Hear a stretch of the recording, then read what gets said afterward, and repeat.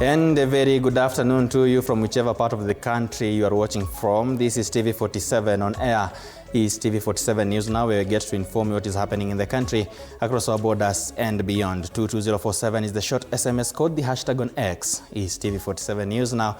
We are streaming live on Facebook at TV47 Kenya, as well as on YouTube at TV47 Kenya. You can talk to us through X at TV47 Digital, as well as my personal handle at TV47 at OJ Samson's rather. Now let's get straight to the broadcast this afternoon, whereby Kenya's road safety crisis has intensified this year, with new data from the National Transport and Safety Authority showing a worrying rise in fatalities. By December 2nd, the country had already recorded 4,458 deaths, surpassing the 4,311 reported at the end of last year. The figures reveal a growing threat to all road users. Pedestrians remain the hardest hit, while high numbers of deaths among passengers, drivers, and the motorcyclists point to persistent challenges, including speeding, overloading, and widespread non-compliance with traffic rules. With the festive season quickly approaching, a period known for increased travel and heightened risk, NTSA is urging Kenyans to exercise caution and prioritize safety on the roads.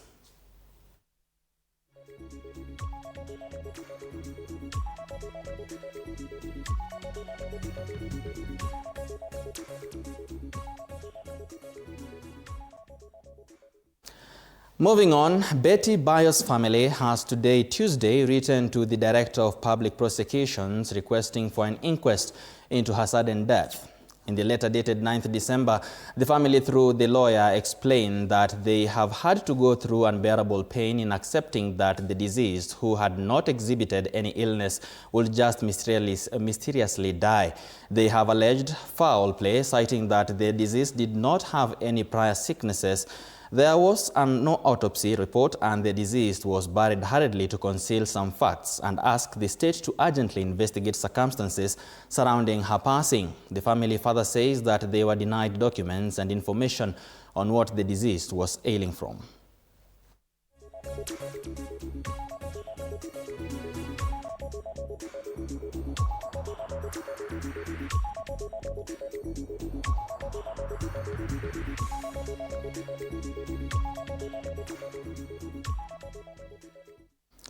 And on to matters politics, former Nairobi Governor Mike Sonko has re-entered competitive politics after the Registrar of Political Parties officially issued him a certificate for his newly formed outfit, the National Economic Development Party. Speaking right after receiving the certificate, Sonko announced that he will return to the Supreme Court of Kenya to seek a review of his impeachment, insisting that the process that removed him from office was illegal. Sonko also claims he has obtained sworn affidavits from former Nairobi County MCAs who participated in his impeachment, alleging they were coerced by powerful government forces at the time to vote him out. Hii ni chama ya Wakenya, ni chama ya wananchi wote. Hii ni mwanzo mpya wa Wakenya. Tumechoka na zile vyama vya zamani. Sijui kila saa tunasikia chama gani, chama gani, chama gani. Since I was in nursery school, we are hearing of names who have been there for decades. Today, hii ni mwamko mpya. We have a party that I'm the interim party leader. Now, the Tsavo West Rhino Sanctuary in Ngulia, Taita Taveta County has been officially launched today. It covers more than 3,200 square kilometers, making it the largest in the world. Speaking during the launch, President William Ruto stated that the government is committed to conserve and protect wildlife.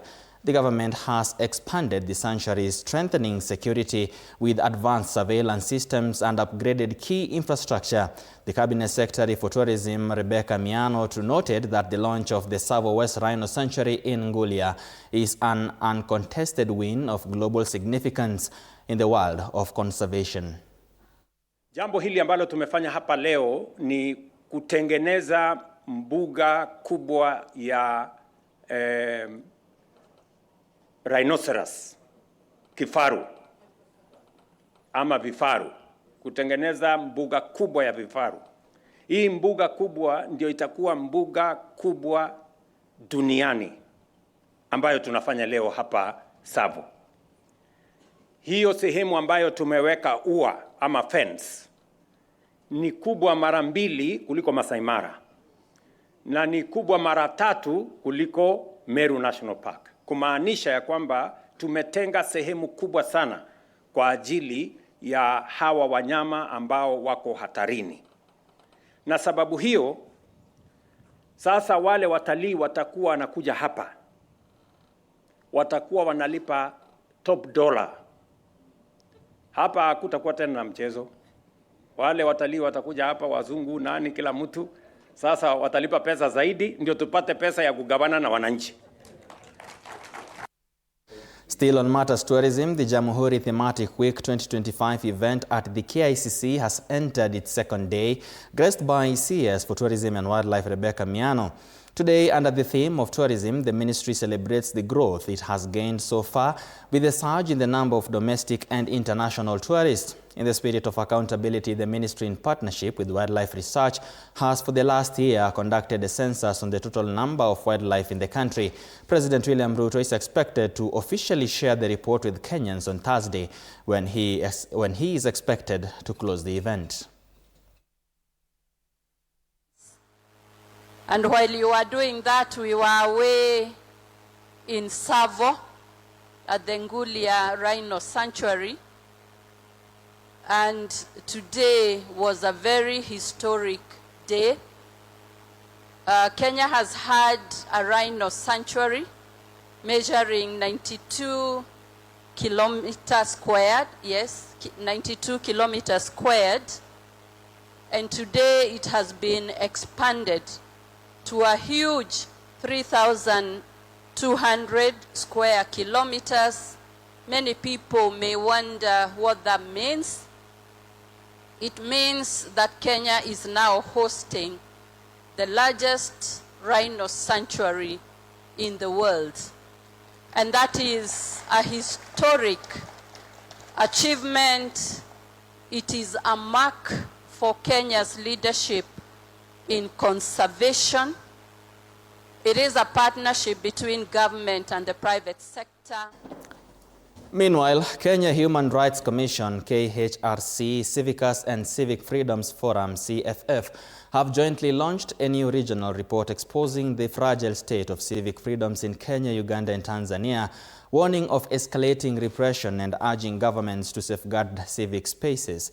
The report has underscored that civic space is a cornerstone of democracy and sustainable development, and without urgent action, the erosion of freedoms in Kenya, Uganda and Tanzania risks destabilizing the region and undermining citizens' trust in governance. KHRC, Civicus and CFF stressed that protecting civic freedoms is not only crucial for human rights but also essential for peace, justice and inclusive growth.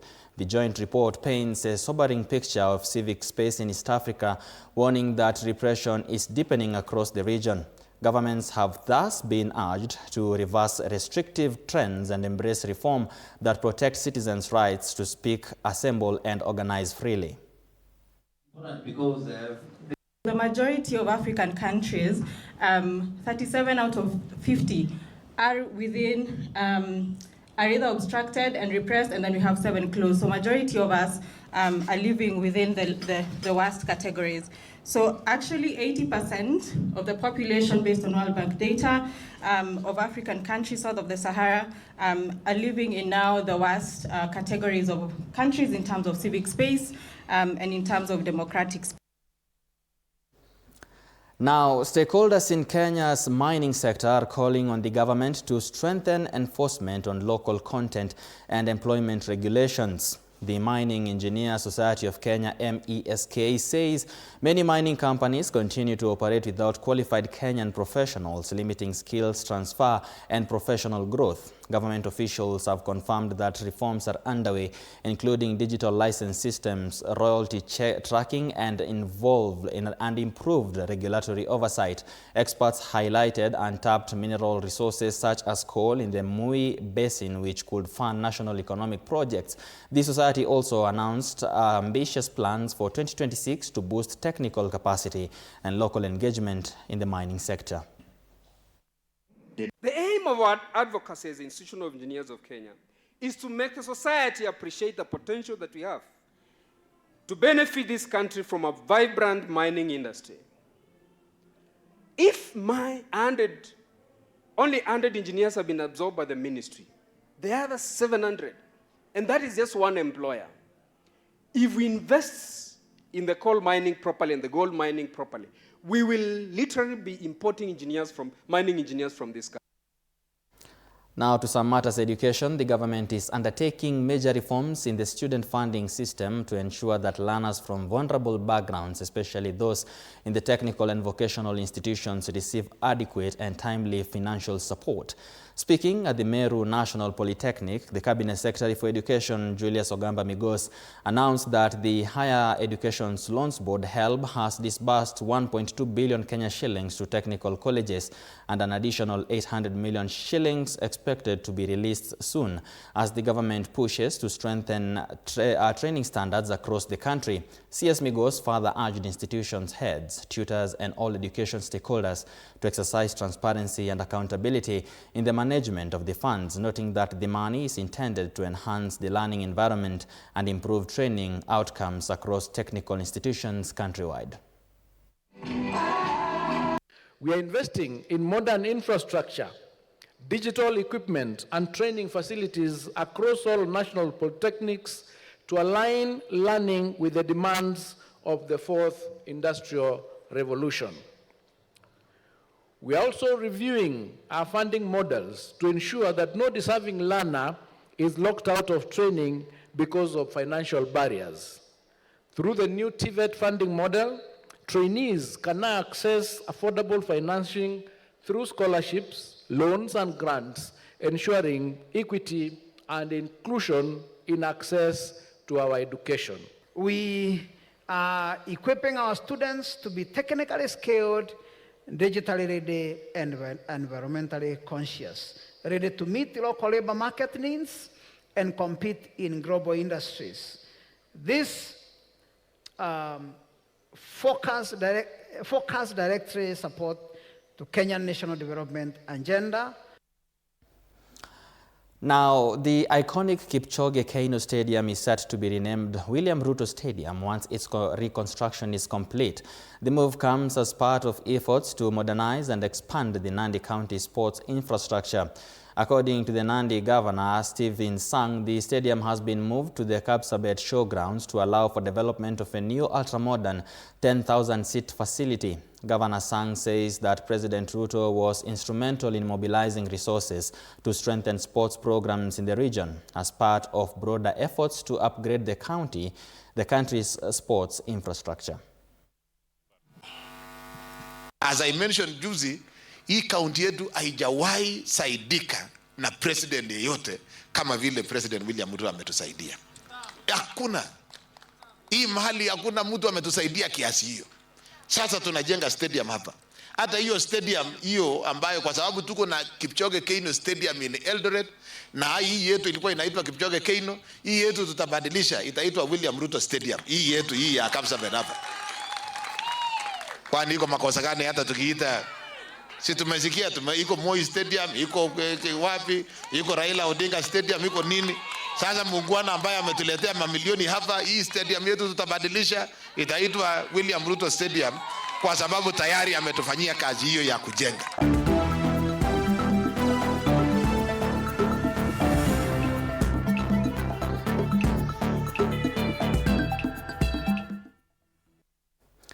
Now we take a look at what is happening in the world of sports, and moja kwa moja we head to Europe to some amazing news where Manchester United reignited their winning spark.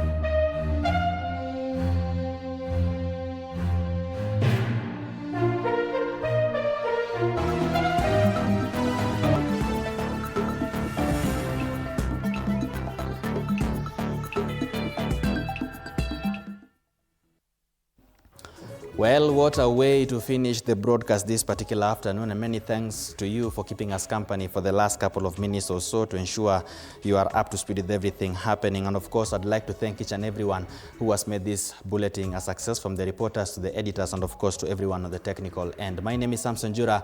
Do have yourself a lovely afternoon. Bye-bye for now.